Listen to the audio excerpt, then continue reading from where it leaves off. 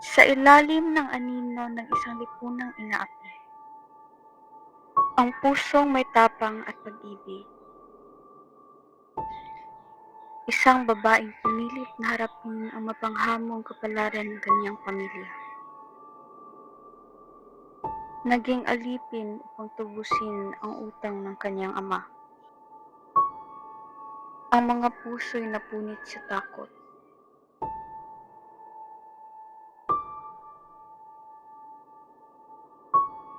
Isang hakbang na nagbukas ng madilim na landas.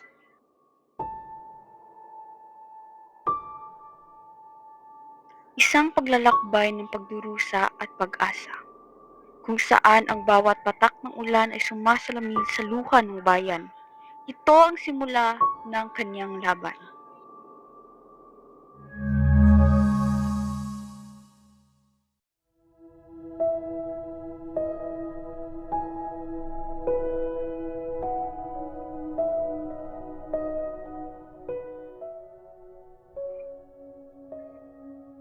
Mahal, saan ba mga anak natin? Si Julie, asan?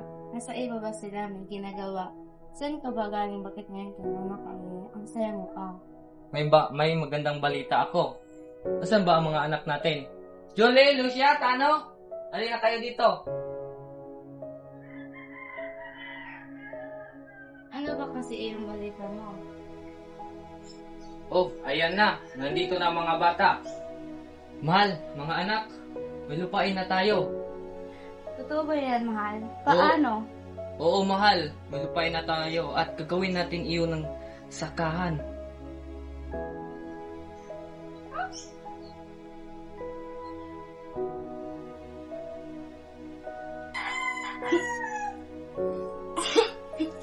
Inay, huwag kang malubhan ang iyong sakit. Tatawagin ko po muna si Itay. Itay!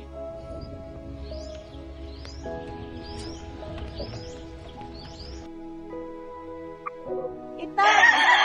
Ayun, anak. Mukhang malubhan na po ang sakit ni Inay at mukhang kulang po ang kanyang mga gamot. Sige anak, ako'y hahanap ng paraan upang makabili ka agad ng gamot. Sige po Itay, akit mo muna ako at papahingahin ko po si Inay. Sige.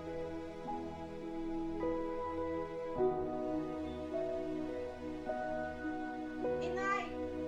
Inay! Inay! Inay! Inay! Itay! Itay! Si Inay! Anak, anong nangyari? Mahal! Mahal! Mahal! Mahal! Mahal!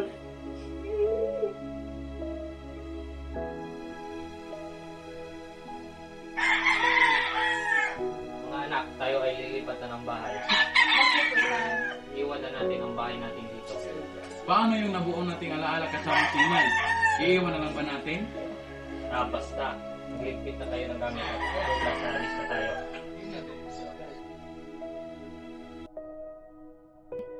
Itay! Itay! Ano yun, anak? Kailan po kaya ako makakapag-aral? Pangarap ko po matutong magbasa at magsulat. Anak, gusto ko mang matupad ang iyong pangarap, ngunit paano, hindi ko pa mabayaran ng upa sa lupa at patuloy pang tumataas ang singil ng mga praile. Naiintindihan ko po, Itay. Sige po, balik po muna ako sa loob ng bahay.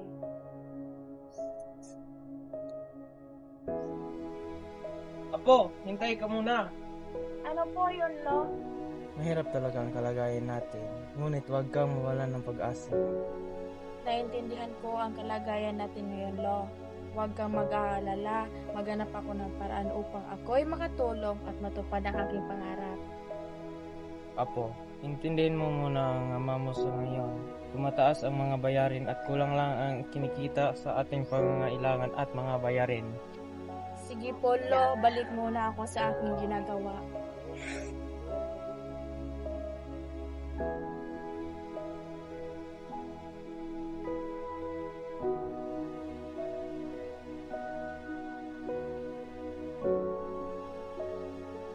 Magandang hapon, Binibini. Ako nga po pala si Basilio. Ano po pala yung pangalan?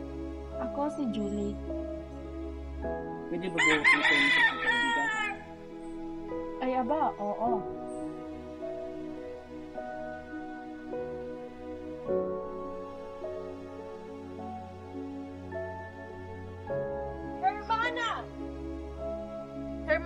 may sasabihin ako. Hermana, pwede po ba akong humingi ng pabor?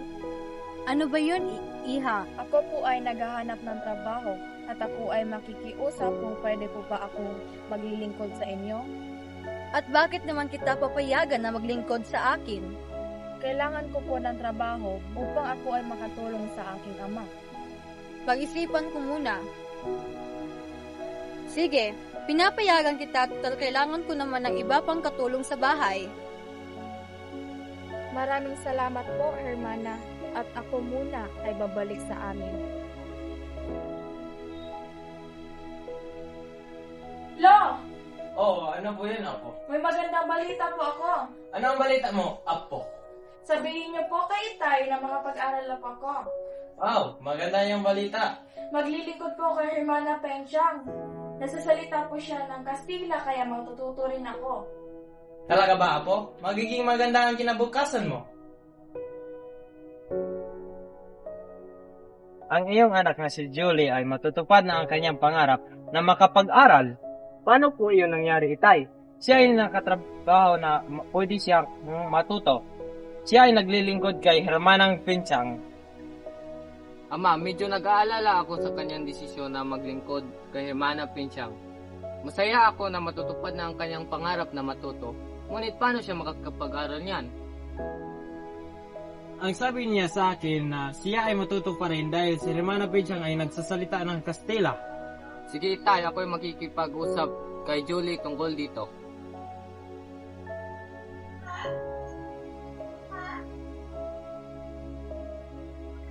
Anak, may nabalitaan ako. Maglilingkod ka daw kay Hermana Pinchang. Opo, Itay. Maglilingkod po ako kay Hermana Penchang upang ako'y makatulong sa pangailangan natin. Ako'y masaya para sa iyo, anak. Ngunit mag-iingat ka sa pagtatrabuhan mo. Opo, Itay. Ako muna ay matutulog dahil magsisimula na po ako sa pagtatrabaho bukas. Sige, anak, matulog ka muna.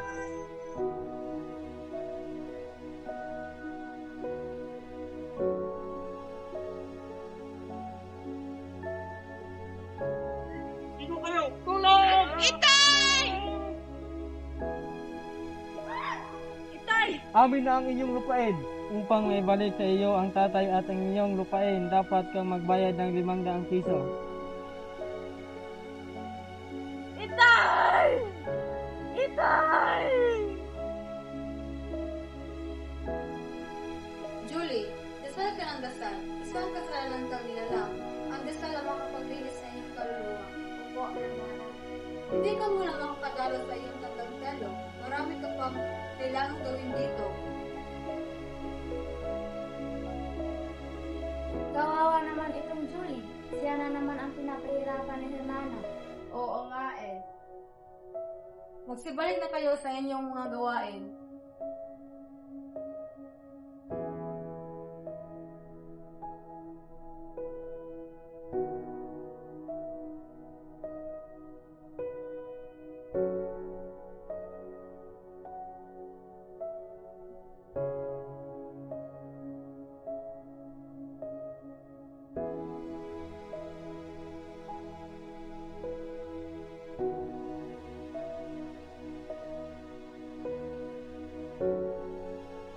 Julie, may ibibigay ako sa iyo. Ano po yon, Hermana? Dahil ikaw ay mabait at masikap na katulong, gusto kong ibigay sa iyo ang libro na ito upang ikay matututo. Maraming salamat po, Hermana. Babasahin ko po ito para may matutunan ako. Sige, Julie, at bumalik ka na sa iyong trabaho at tapusin mo iyon. Sige po. Julie, wala na tayong magagawa kundi lumapit kay Padre Camora. Siya na lang ang makakatulong kay Basilio. Pero natatakot ako sa kanya.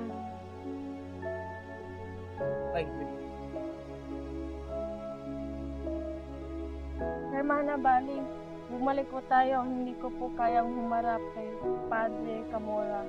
Ngunit paano si Basilio? Padre Camora! Ano po yun, Iya? Nagmamakaawa po ako. Tulungan niyo po si Basilio. Siyempre, pero lahat ng bagay ay may